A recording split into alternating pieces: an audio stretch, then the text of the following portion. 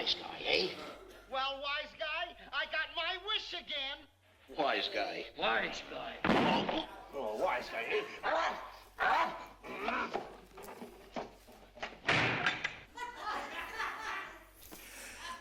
So we are in our series called Why. And we thought that's just a great way to introduce the series this month, and we'll see those guys again. We'll see the wise guy. We'll see them again in the next couple of weeks. But really what we've been doing is we've been going through some of the writings of the wisest man on earth, Solomon, of course, besides Christ himself. Solomon, because that was his wish. You saw, it wasn't Shemp, I forgot his Joe. That was Joe said, I got my wish, wise guy. Well, that was Solomon's prayer. One day God said, Solomon, you can ask for anything you want, riches, fame, whatever, and I'll give it to you.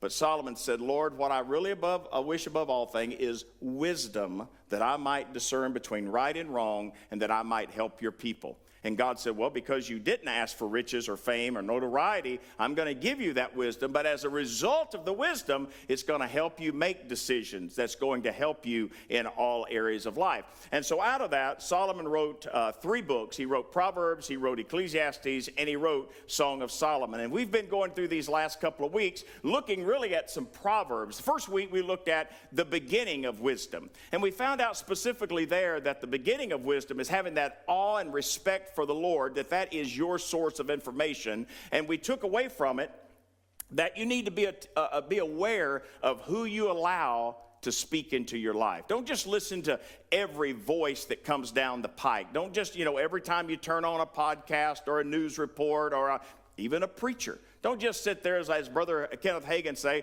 like a little bird with your mouth open and let them just feed you anything you want. Be discerning. Think about it. Mark chapter 4 says, pay attention to what you hear. Because what you hear is going to affect what you believe, and what you believe is going to affect how you live. So we talked about that in the first week, where the beginning of wisdom is. Last week we talked about the company you keep. It's not just about the voices that you allow to speak into your life. It's about who you allow in your circle of influence, who you allow to influence you. And we talked about that last week out of Proverbs chapter 13, where he said, if you walk with the wise, you'll be wise. But if you walk with fools, you're going to get in trouble. That's pretty cool. That's a pretty cool effect. I bet that looked good on TV right there, didn't it? If you walk with the wise and you become wise and you associate with fools, you get in trouble. And what we found out is that wisdom is contagious, but also foolishness is contagious. And we've all known that growing up. We've all had those gullible times where the cool kid or the kid we thought was the best would talk us into doing something, and then we end up paying the price for it. Well, if you walk with wise people, that wisdom is going to become part of your life. But if you associate with fools, it's going to affect you. So we talked about company you keep. But now today we're going to go a little bit further. And it's not just about who speaks into your life or who influences. It's also about how you spend your life. I come across so many people that don't have a plan for their day. They don't have a plan for their week. They don't have a plan for their month. They don't have a plan for the year. They don't have a plan for their life. They're just kind of floating along and just que sera, whatever may be. But my friend, we need to find out, are we making the most of our time on earth? Our time on earth is limited. No matter how many years we have, if you ended up being 120 years on this earth, that's still limited in the sight of eternity. And we need to begin to live each day with purpose. Though today we're going to go to the book of Ecclesiastes. Now this is one that Solomon wrote when he was kind of having a rough time in life. Lisa and Sierra and I were talking this morning. I did the series it's been several years ago. I know all of you remember it. You still go over your notes constantly from it. But it was called People Like Us or Just Like Us or something like that. Not to be confused with They're Not Like Us. Okay. Which I have no idea what that's about, but I know it's like really big right now in pop culture. But we talked about people like us and how that the people in the Bible, they were like us. They had their down days, they had their up days, they had their days filled with faith, they had their days filled with not so much faith. And Solomon, even though he had all of this wisdom, we know that he still made some decisions that were not wise. And in this book of Ecclesiastes, he's kind of reliving that, and he's kind of got to that point where he's not really where he he should be, but yet in there is still wisdom that comes forth. And so in Ecclesiastes chapter 3, as we talk about this morning, making it count, making our time, our life count, here's what he says in Ecclesiastes 3:1. But for everything there is a season, a time for every activity under heaven. So the Bible tells us that every moment of life has meaning. Imagine that. Every moment of our life has meaning. Years ago, we did a series called Win the Day, and in there we talked about redeeming the time and how important the time. And I gave you a quote back then. Again, I know you've probably all got it written on your refrigerator and you read it every morning, and that's what my pastor says. I'm going to listen to it. But I said, think of your day like 24 golden railway cars, and that every morning at midnight, if you will, they pull out of the station. Now, what you put into those railway cars is up to you. Is you know, the first 5 or 6 of those, of course, from midnight to whatever. Now, the women will be up during their spring break luncheon at 1 a.m., so they're using good time with their, you know, we'll get a little mileage out of that, of course, just like they do me when I make statements that's not quite in there. But you know, whatever time you get up in the morning, those first few hours are probably filled with rest, unless you work nights and this different. But then when you get up, what you put in those cars are up to you. And when that last 24th car pulls into the station at midnight, that train is done and another one starts. So you begin to think about, what have I put into those railway cars? Is it worth something? Is it valuable? Has it been something that really makes it count? So we're going to talk about it this morning, making it count, because every moment of life has meaning. But the question is, are we making it count? Today we live in a society, it's easy to waste time. Now, I thought as a kid it was easy to waste time because I had my comic books, I had my Mad magazines to read and all of that, you know, and then you had AM radio. You know, at midnight we could tune in Wolfman Jack or listen to some of those guys out of Tennessee, you know, those late night DJs. And people say, you're just wasting time. But today, you don't even have to try to waste time, because you've got 1,500 television stations with nothing on whatsoever, just the same old, same old. You know, last night, Colton was over having dinner with us, and he wanted to watch the NASCAR race. Well, how they got that, I'm from the South. I know how that came about. A bunch of old boys riding down the road, Lisa, and the one said, boy, that's a NASCAR, isn't it? And so that's how that all got started. And the next one, Tommy come along and said, no, wait a minute, I got a NASCAR too. And pretty soon they said, why don't we get all the NASCARs together and just go around these laps real fast? So that's how they got it. And that's why they all got NASCARs.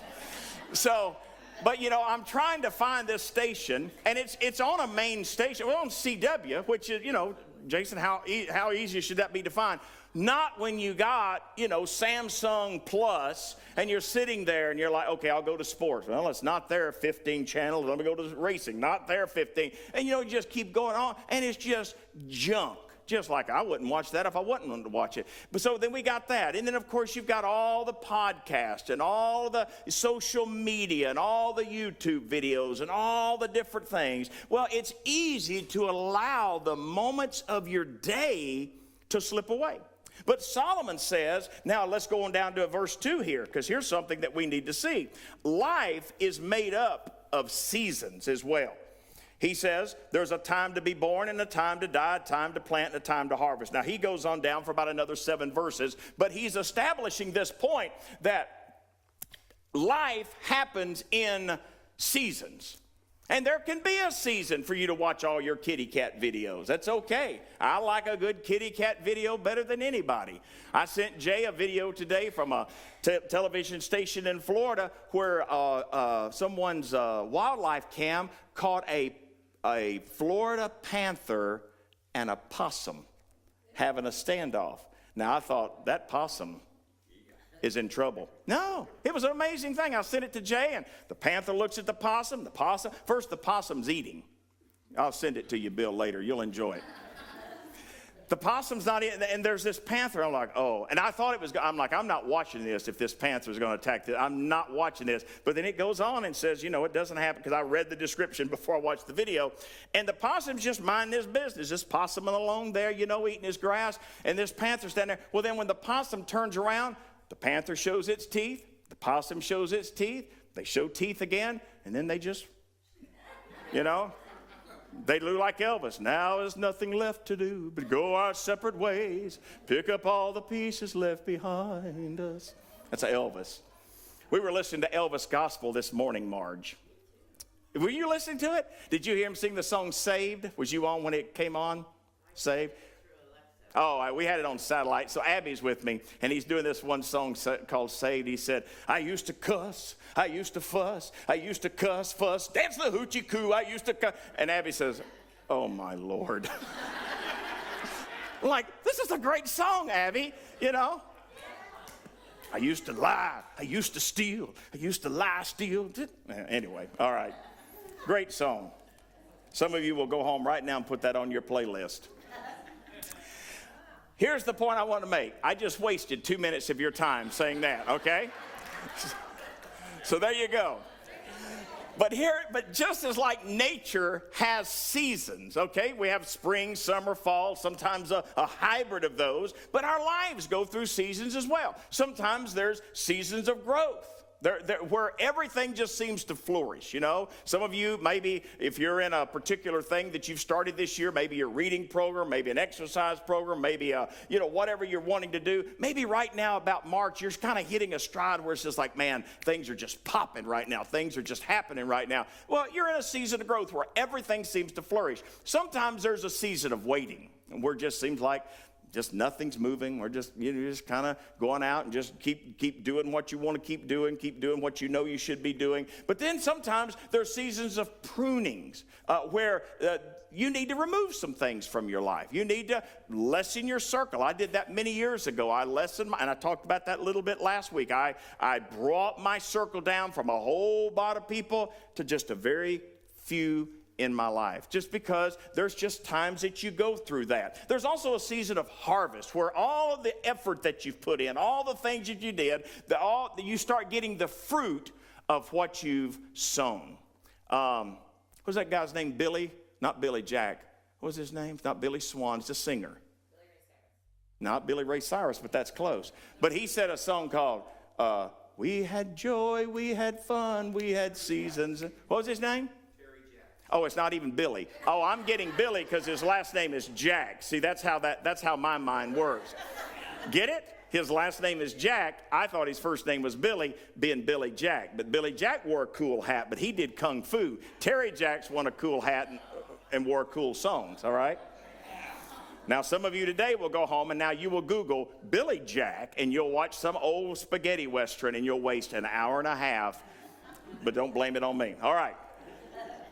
So here's what we know. Our lives go through seasons. There's going to be seasons of growth. There's going to be seasons of change. There's going to be seasons of waiting. There's going to be seasons of harvest. But here's again what John Maxwell said. You will never change your life until you change something. Doesn't have to be everything, but something you do daily.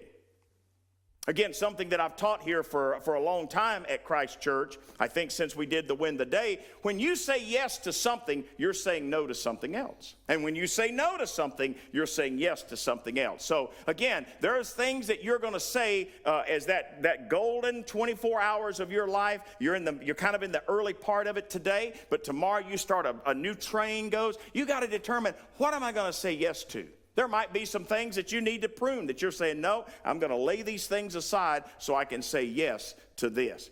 Because you're going to say, when you say yes to something, you're saying no to something else. And you're never going to change your life until you change something.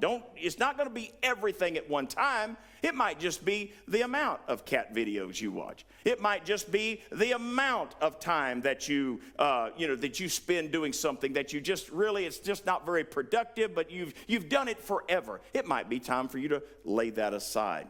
So in other words, seasons will come and go, but how we take care of that, how we would steward our days, determines the outcomes of our lives.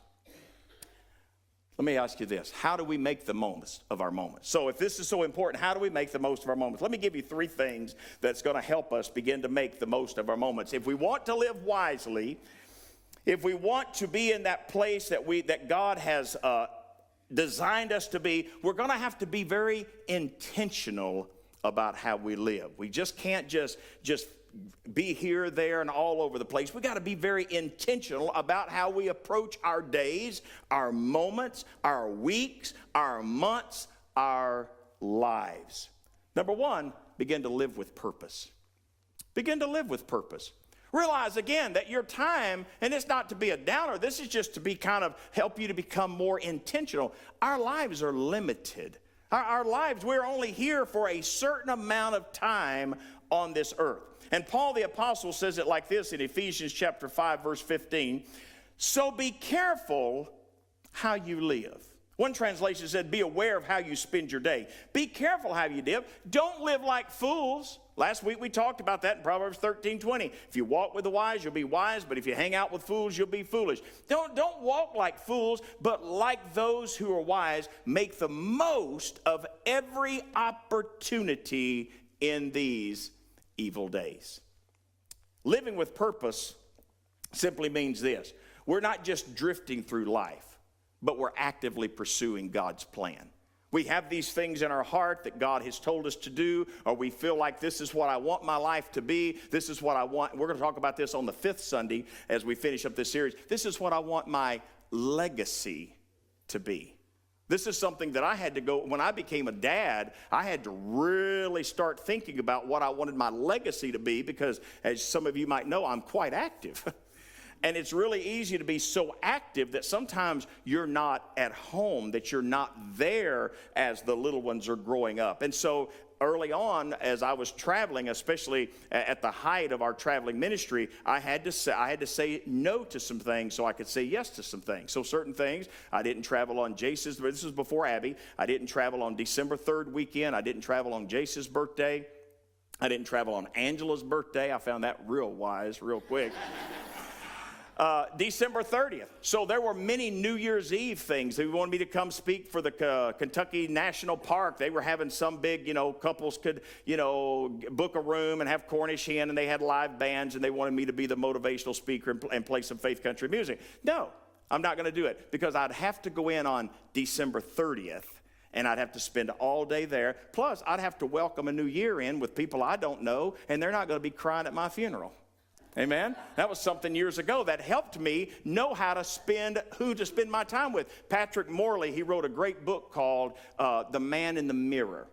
And he says, make sure not to be confused with, I'm talking to the man in the mirror.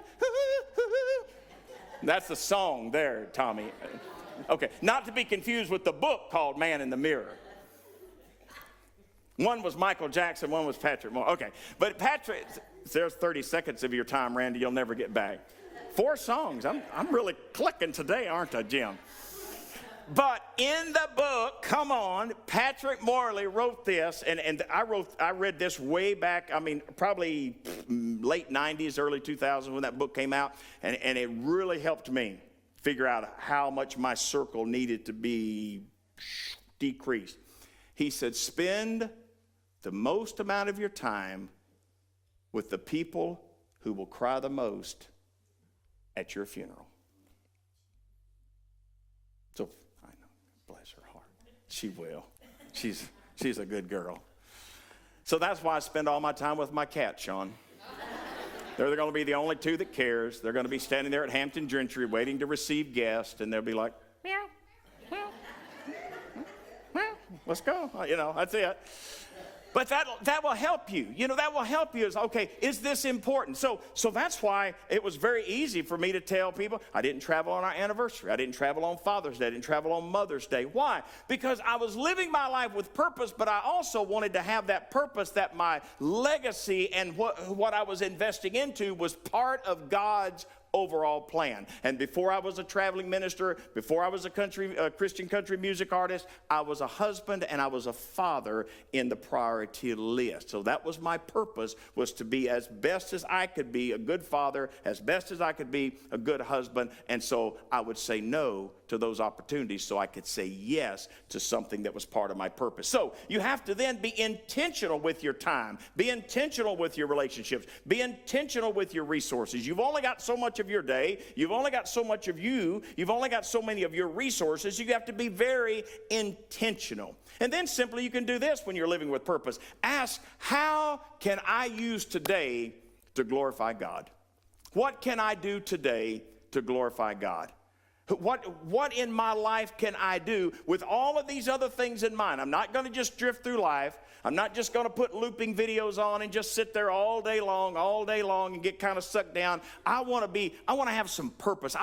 When I go to bed tonight, I want to look back through the day and think, I've had an active day, but I accomplished one thing that I really needed to accomplish. Or I know I sowed something good at least one time today. I've become intentional about my time, my relationships, my resources. And Father, I want to make sure that my life glorifies you. Now, sometimes it's so easy when we start talking about intentionality and things. Miss Bonnie, I don't think she'd mind me telling it, her and her friend that was on the screen, they're both 90 years old. Isn't that incredible? And they've become such good friends up there at Cumberland Trace. And she and I were kind of talking about what we're talking about right now, but not sort of intentionally. It just kind of molded into there because she's in a new season of her life. She's in a new season of her life, and she's going to be closer to her family and friends, and she may be getting a different apartment, but she's talking intentional. And it made me think of something Dr. Norman Vincent Peale said: live your life and forget your age.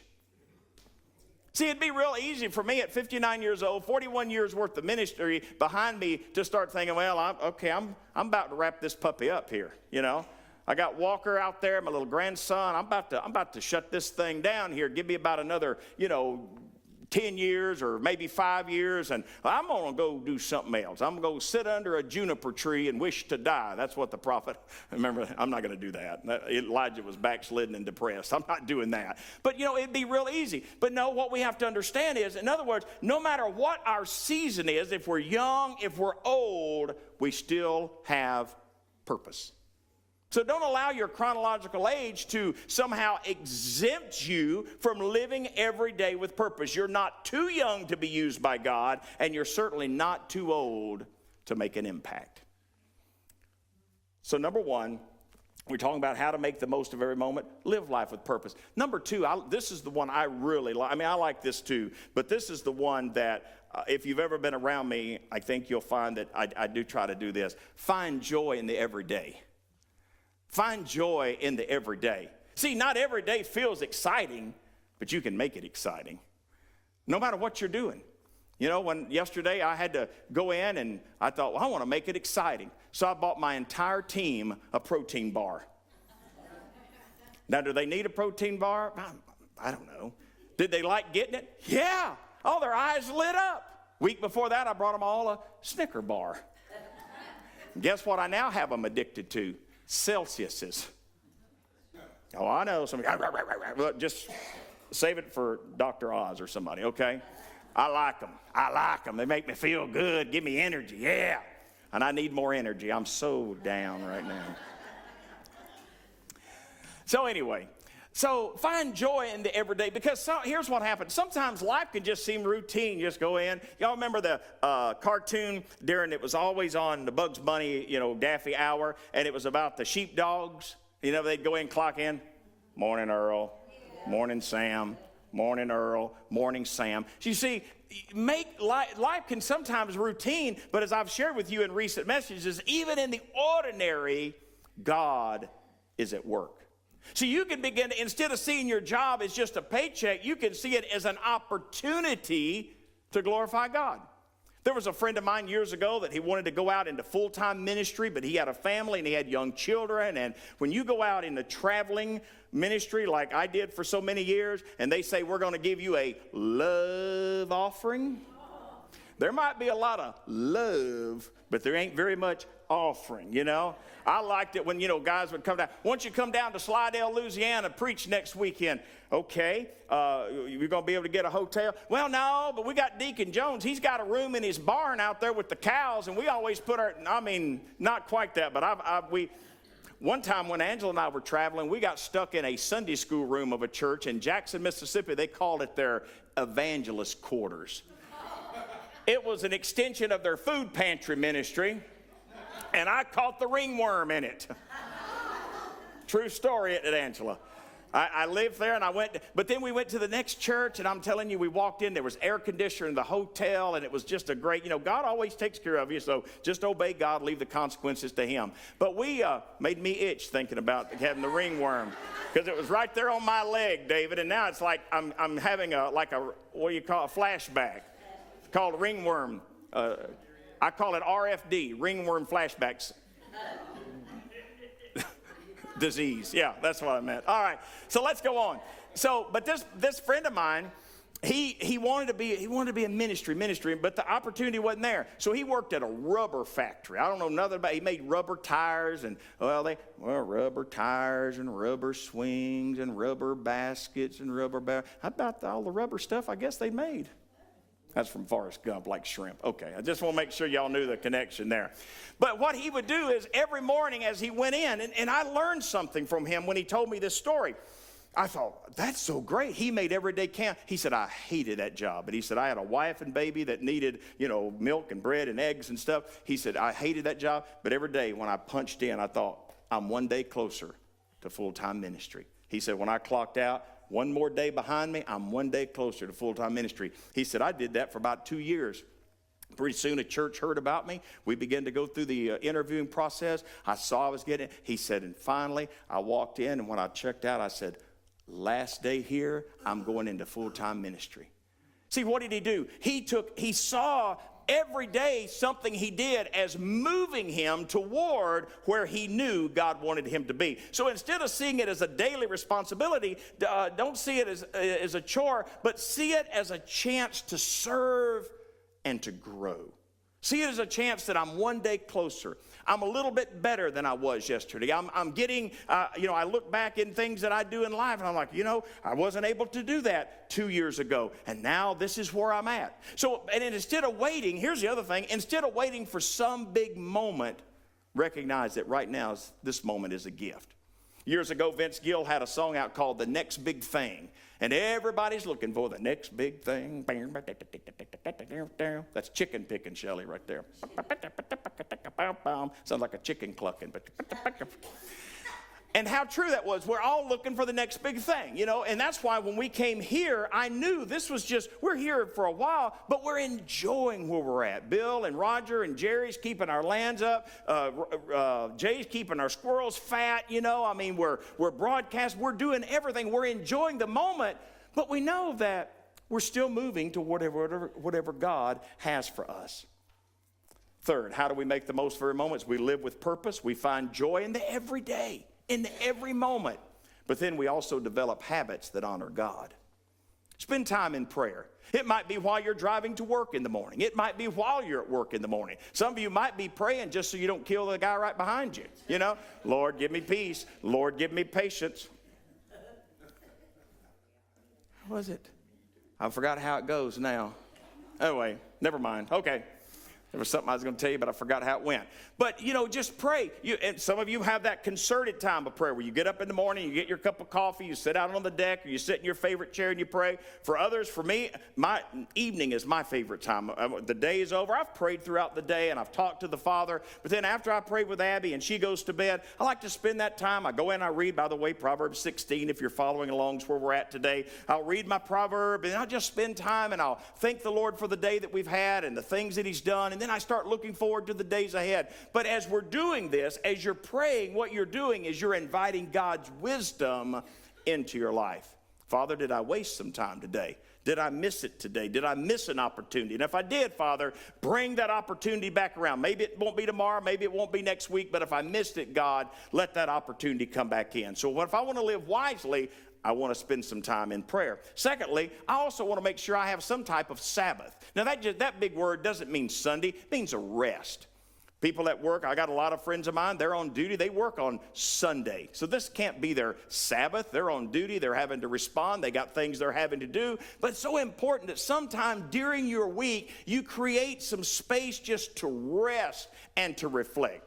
It might be a Saturday afternoon after you get off work at noon that you just go out and you go for a walk, or you go to a park, or you just sit on your front porch and you just spend that time, maybe reading the Word, maybe listening to the Word. But you have some time of rest that you just create a space just to breathe and just to say, all right, Father, we've come this far. Where do we go from here? Where do we go from here now that all of the children are grown? Who is that? What song is that? Did I just make that up? Oh, Alan. Oh, I thought I just wrote a hit song. Never mind. All right. Scratch that, David. We can't record that. All right. It just came in. Where's this stuff come from? I don't know. Have a time of prayer. Have that time of Sabbath. But listen, also have time to serve. Have time so it's not all about you. Because people say, well, you keep talking about purpose. It's going to make it all about you. No, always find that time to serve. Remember, go back to the first part, living with purpose. How do I glorify God today? God's going to give you an opportunity to do something, to speak into somebody's life, to invest into somebody's life with your time or with your energy or whatever, because it reminds you that life isn't just about us. Robert Schuller says it like this: today's accomplishments were yesterday's impossibilities. As I sit here, I think about how that, for many years, I pastored other churches, and some of them were good churches, and some of them were not so great. The church in Terre Haute was probably the absolute best one that I ever served as a pastor. That's why I went back for a second term when they asked me to. But I always dreamed of having a church like Christ Church. I didn't know what it was going to be called Christ Church. Didn't know it was going to be in Plainfield until a few years before we started. But when God began to develop that in my heart, I was talking to Jay about this. I had traveled all around the country, and I had determined I want to try to bring the best of some of the churches I had visited and stay away from some of the worst. Like, for instance, let me just share this with you. When I'm off with Jay or Carla and I are in the office, or I'm with my family, I don't talk about David. Say, well, you think David would do something about that hair of his? You'd think he'd comb that head every now and then. You think that, or, you'd think that, because here's the thing. I spent time with pastors that is no sooner than we get in there. I'm thinking of one particular pastor out in the Texas area. As soon as his wife and I and he would get in the car to go from our service, they immediately, instead of having roast preacher like a lot of church members do, they had roast congregants. And they'd begin to, I'm like, what? These are the people that are serving your church. These are the people that are helping you carry out your vision. What are you doing? You are a knucklehead. You are a big old knucklehead is what you are. So what I did is, when I come to Christ churches, I wanted to try to bring the best of what I had learned from other churches and stay away from what I thought was the worst. Because small, consistent habits will bring me into the place of wisdom and purpose. So let me close with this. Are you making it count? Are you making your days count? Are you making your life count? Are you making the moments count? Are you just kind of drifting through? You just kind of wake up and, well, whatever it may be. Or do you have some things that, well, today I want to at least get this accomplished, or I believe today God would have me to get this done, or maybe today, remember we talked about years ago eating the frog. I know Randy Sims still reminds me he eats the frog. I'm eating the frog, Pastor. I ate the frog. That just simply means Mark Twain said, if you know you've got a frog to eat, do it the first thing in the morning, the rest of your day will be great. That just means if you've got something you're dreading on doing, just do it the first thing in the morning. Eat that frog, and the rest of the day is going to be glorious. So eat the frog. Well, here's how Solomon says it as we close. Ecclesiastes chapter 3 and verse 14. He says, and I know that whatever God does is final. Nothing can be added to it or taken from it.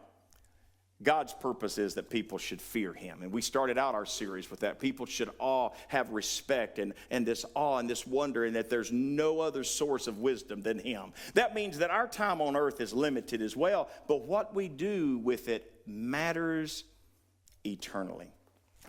So I began to ask myself, I believe there's 3 questions we can ask ourselves every day to help us stay on track. Am I living with purpose? Am I living with purpose? Am I going to accomplish something today that has a lasting effect? Am I finding joy in every day? If you've ever been around me, I find joy in every day. Because I just think that's so important. No matter what you're going through, you have to find joy in every day. And am I investing time in things that have eternal value? Am I really investing my time in, again, that's where serving comes in. That's where you're not going to become, well, I don't talk about purpose because that just makes it all about me. Not if you're doing it God's way. I did it God's way. And now, how many is that? 4? Double digits? Are you kidding me?